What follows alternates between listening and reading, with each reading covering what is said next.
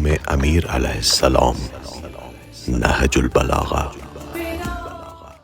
بسم اللہ الرحمن الرحیم۔ خطبہ نمبر 11 آپ کی سماعتوں کے نظر۔ جب جنگ جمل میں علم اپنے فرزند محمد بن حنفیہ کو دیا تو ان سے فرمایا، پہاڑ اپنی جگہ چھوڑ دیں مگر تم اپنی جگہ سے نہ ہٹنا، اپنے دانتوں کو بھیس لینا، اپنا کاسہ سر اللہ کو عاریت دے دینا، اپنے قدم زمین میں کاٹ دینا، لشکر کی آخری صفوں پر اپنی نظر رکھنا اور دشمن کی کثرت و طاقت سے آنکھوں کو بند کر لینا، اور یقین رکھنا کہ مدد خدا ہی کی طرف سے ہوتی ہے۔ خطبہ نمبر 12 آپ کی سماعتوں کے نظر۔ جب خداوند عالم نے آپ کو جمل والوں پر غلبہ عطا کیا تو اس موقع پر آپ کے ایک صحابی نے آپ سے عرض کیا کہ میرا فلاں بھائی بھی یا موجود ہوتا تو وہ بھی دیکھتا کہ اللہ نے کیسے آپ کو دشمنوں پر فتح و کامرانی عطا فرمائی ہے۔ تو حضرت نے فرمایا کہ تمہارا بھائی ہمیں دوست رکھتا ہے؟ اس نے کہا ہاں۔ تو آپ نے فرمایا کہ وہ ہمارے پاس موجود تھا، بلکہ ہمارے اس لشکر میں وہ اشخاص بھی موجود تھے جو ابھی مردوں کی سلب اور عورتوں کے شکم میں ہیں، ان قریب زمانہ انہیں ظاہر کرے گا اور ان سے ایمان کو تقویت پہنچے گی۔ خطبہ نمبر 13 آپ کی سماعتوں کی نظر۔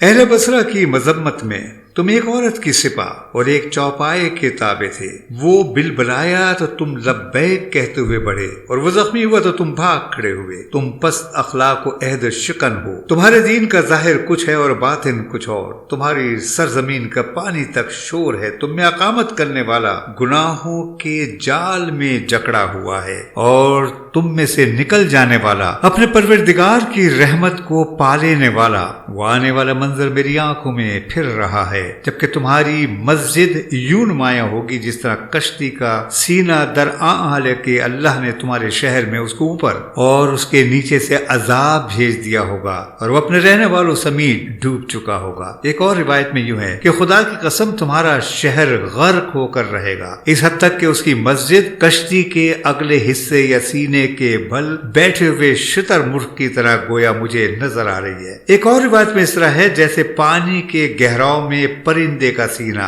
ایک اور روایت میں اس طرح ہے، تمہارا شہر اللہ کے سب شہروں میں مٹی کے لحاظ سے گندا اور بدبودار ہے، یہ سمندر کے پانی سے قریب اور آسمان سے دور ہے۔ برائی کے 10 حصوں میں سے 9 حصے اس میں پائے جاتے ہیں۔ جو اس مان پہنچا وہ اپنے گناہوں میں اسیر ہے، اور جس سے چل دیا عفو الہی اس کے شریک حال رہا۔ گویا میں اپنی آنکھوں سے اس بستی کو دیکھ رہا ہوں کہ سیلاب نے اسے اس حد تک ڈھانپ لیا ہے کہ مسجد کے کنکروں کے سوا کچھ نظر نہیں آتا، اور وہ یوں معلوم ہوتے ہیں جیسے سمندر کے گہراؤ میں پرندے کا سینہ۔ خطبہ نمبر 14 آپ کی سماعتوں کی نظر۔ یہ بھی اہل بصرہ کی مذمت میں ہے، تمہاری زمین سمندر کے پانی سے قریب اور آسمان سے دور ہے، تمہاری عقلیں سبک اور دانائیاں خام ہیں، تم ہر تیر انداز کا نشانہ، ہر کھانے والے کا لقمہ اور ہر شکاری کی سیت افغنیوں کا شکار ہو۔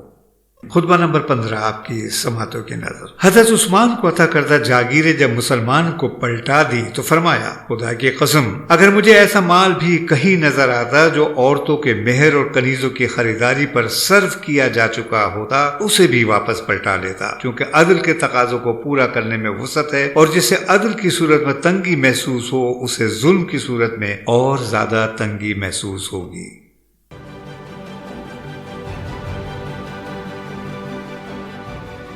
عکس، سچائیوں اور حقائق کا عکس۔